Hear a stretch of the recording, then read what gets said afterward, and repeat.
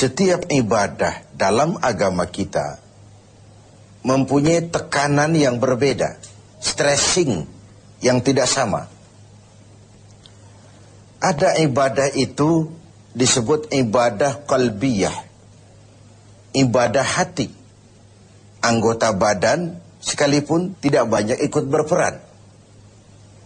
Orangnya bisa saja duduk di meja, sedang berada di kantor menghadapi tamu, tapi di hatinya Allah, Allah, Allah. Itu ibadah hati namanya.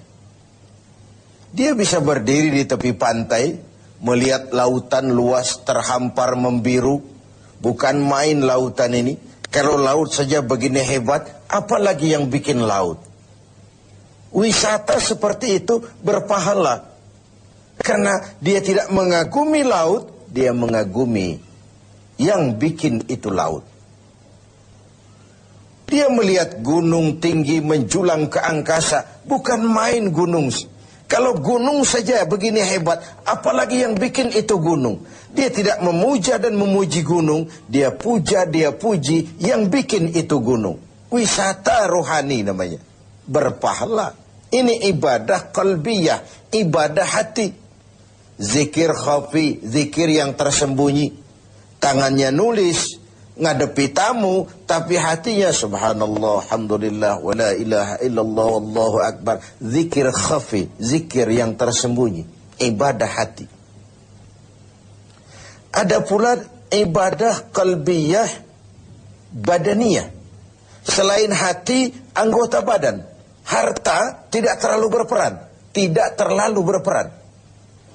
Misalnya puasa yang sedang kita kerjakan ini. Asal hati berniat, badan mampu mengerjakan, ibadah itu sudah bisa terlaksana.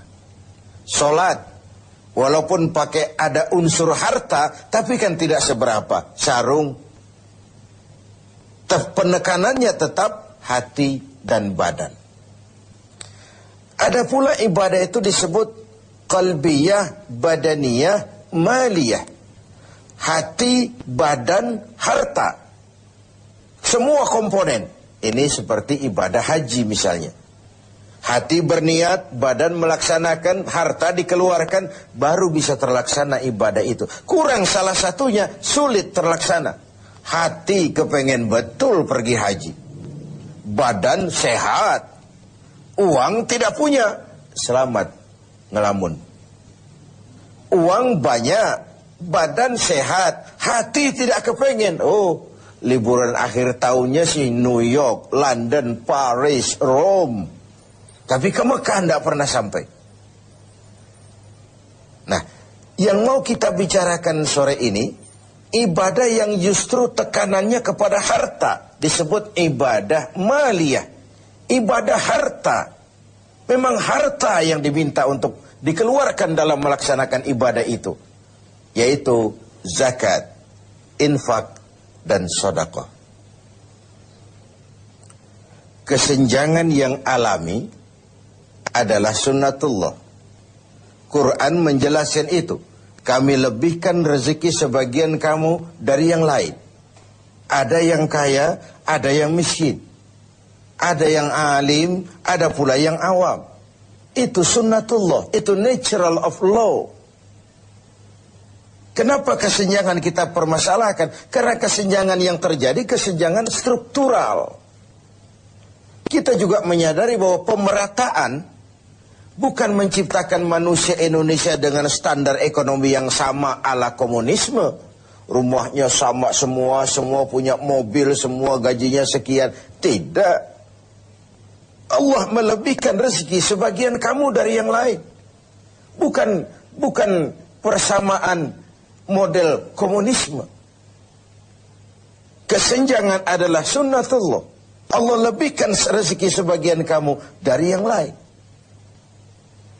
Pemerataan yang kita harapkan adalah terciptanya peluang dan kesempatan. Artinya kalau yang kaya bisa semakin kaya, kenapa yang miskin tidak bisa ikut naik jadi sedikit lebih maju? Yang sudah maju lebih maju lagi. Terbuka peluang untuk kesempatan adanya. Nah, untuk itu Islam memberikan tuntunan. Di dalam hartamu itu, walaupun dia hasil keringatmu, pergi pagi, pulang sore, peras keringat, banting tulang, bekerja, dengan segala kemampuan yang ada, di dalam hartamu itu, di sana ada hak yang lain. Ada hak bagi yang lain. Dan hak itu harus dikeluarkan. Dalam bentuk apa? Dalam bentuk zakat dengan hitungan yang tertentu untuk kelompok orang yang tertentu juga. Apa manfaatnya? Nabi bersabda, zakku amwalakum bizzakah. Bersihkan hartamu dengan zakat. Zakku amwalakum bizzakah. Bersihkan hartamu dengan zakat. Yang dimaksud di sini tentu kalau dalam harta yang kita cari itu bercampur dengan yang haram sedikit, ada yang tidak jelas sedikit, ada yang terkena syak, ragu-ragu sedikit, itu yang dibersihkan dengan zakat. Ada yang menggunakan dalil tadi secara salah. Kita korupsi saja, nanti kita zakatkan. Kan katanya Nabi, zakku amwalakum bizzakah. Bersihkan hartamu dengan zakat. Jadi kalau sudah kita zakatkan, bersih sudah. Itu kan politik money laundry. Dan itu tidak dikenal. Baju yang kita bersihkan itu, baju yang kena kotoran. Tapi kalau kotorannya sendiri, kan tidak bisa dibersihkan. Bagaimana mau mencuci najis? Yang dicuci, baju yang terkena najis. Najisnya sendiri, dicuci secara apapun, ya tetap najis namanya. Jadi tidak bisalah kita mengambil sesuatu dari yang haram, lalu kita zakatkan, lalu berdalih kepada ini sudah bersih karena sudah dizakatkan. Bukan itu. Nah, zakat fungsinya adalah membersihkan harta.